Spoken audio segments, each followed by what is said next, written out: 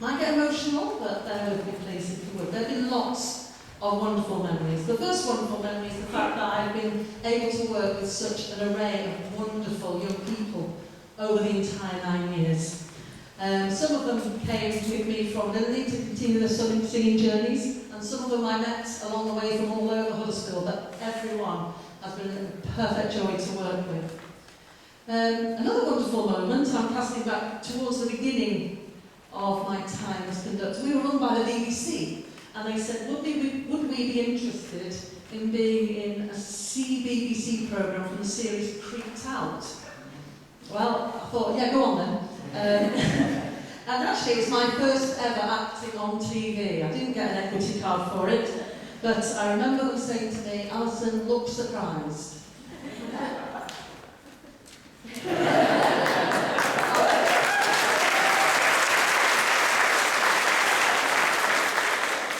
That's why I've not made it in acting role. But actually, I think that my array of faces, you don't see half of them unless you're on the other side. I have quite an array of faces, of which surprised is only one of them. It covers the entire gamut. But that was a wonderful experience that some of the young people, I think there's a few here today that actually went on that journey with us. Collaborations with the Huddersfield Choral Society, absolute joy. Some with varying degrees of challenge, I think it would be fair to say. It includes my most terrifying ever experience of conducting, which was hanging off the balcony in the town hall with a group of vocalised there and Greg there, and trying to coordinate the two in Britain's War Requiem. It haunts me still. It was a great experience, but it haunts me still.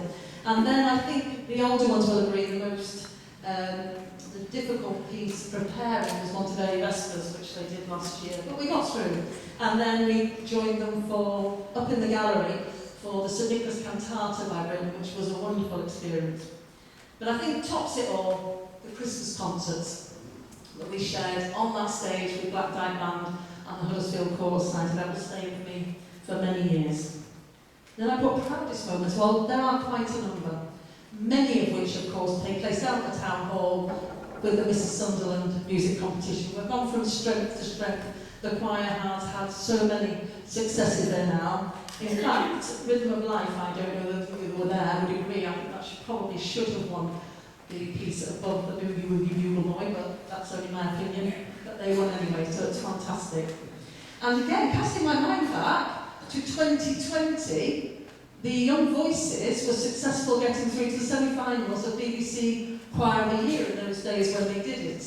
And in February they came and filmed at the Lindley Methodist, all the backstory. It was all in the can, ready to go. And then it fell victim to COVID, of course. They weren't able to continue. The filming was due to be just after the lockdown happened. So that was they fought to try and think of a way around it, but unfortunately failed. So those young people didn't get an opportunity, but nonetheless, we were still invited to be there, so that's wonderful. The strangest moment. The strangest moment, we were invited to the Lawrence Batley Theatre to lead a flash mob. This gentleman decided that he wanted to propose to his long-term partner, and would we provide a flash mob? It was the weirdest experience. We had no idea what we were going into or how it was going to work, but it did work. She said yes. I've not heard anything since, I don't know what but that evening was just like, what was all that about? But anyway. Most painful moment, and I'm talking physically painful, not emotionally painful.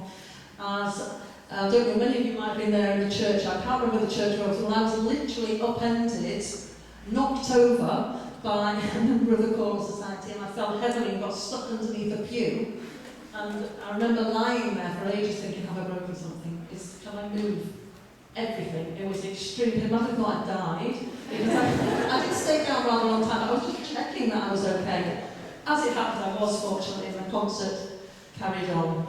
I think I'm not wrong in saying that Jane's most painful moment while we've been doing would be at the National Mining Museum, Jane. It was freezing. I mean, we put our hands in our pockets, but Jane, of course, had to tinkle the ivory. It was a terrible experience, I have to say. Painful and terrible, yeah? Never to be repeated. We've not accepted any of those invitations since. When I think back, there's just been lovely, lovely concerts, lovely social events. I remember walking up Castle Hill one year, that was brilliant. We used to have race nights, and working with such lovely people. Jane, of course, I must start with Jane. Couldn't do without you. We worked together over 9 years and helped produce that standard. And as I say, I couldn't do without you.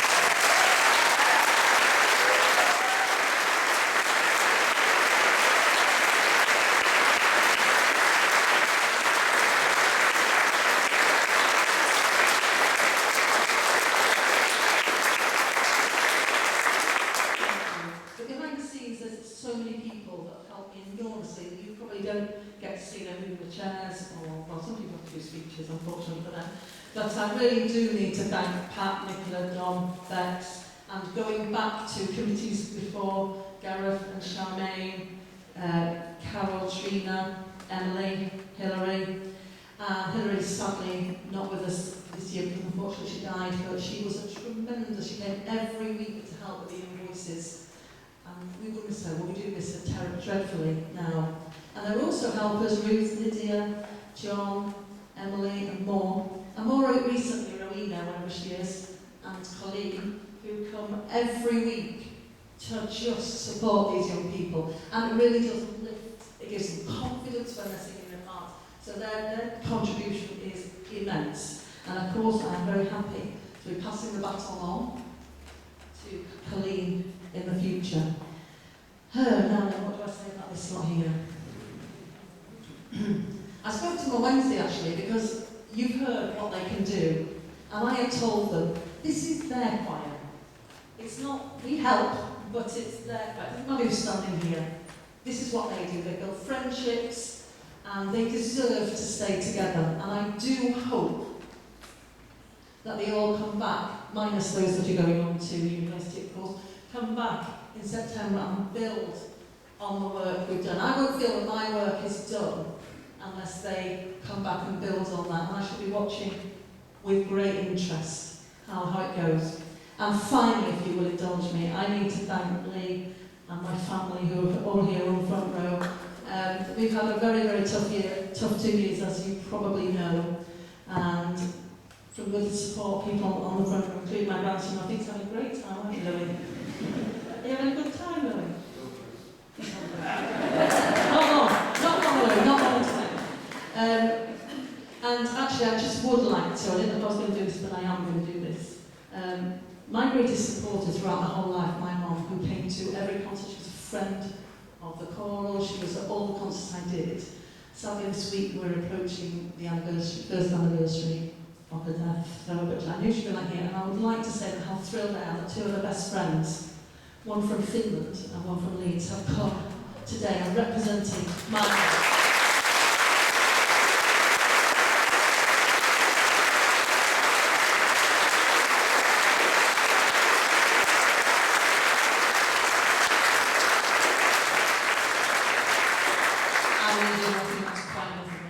As Pat would testify, 9 years ago, I wouldn't even have said anything, would I?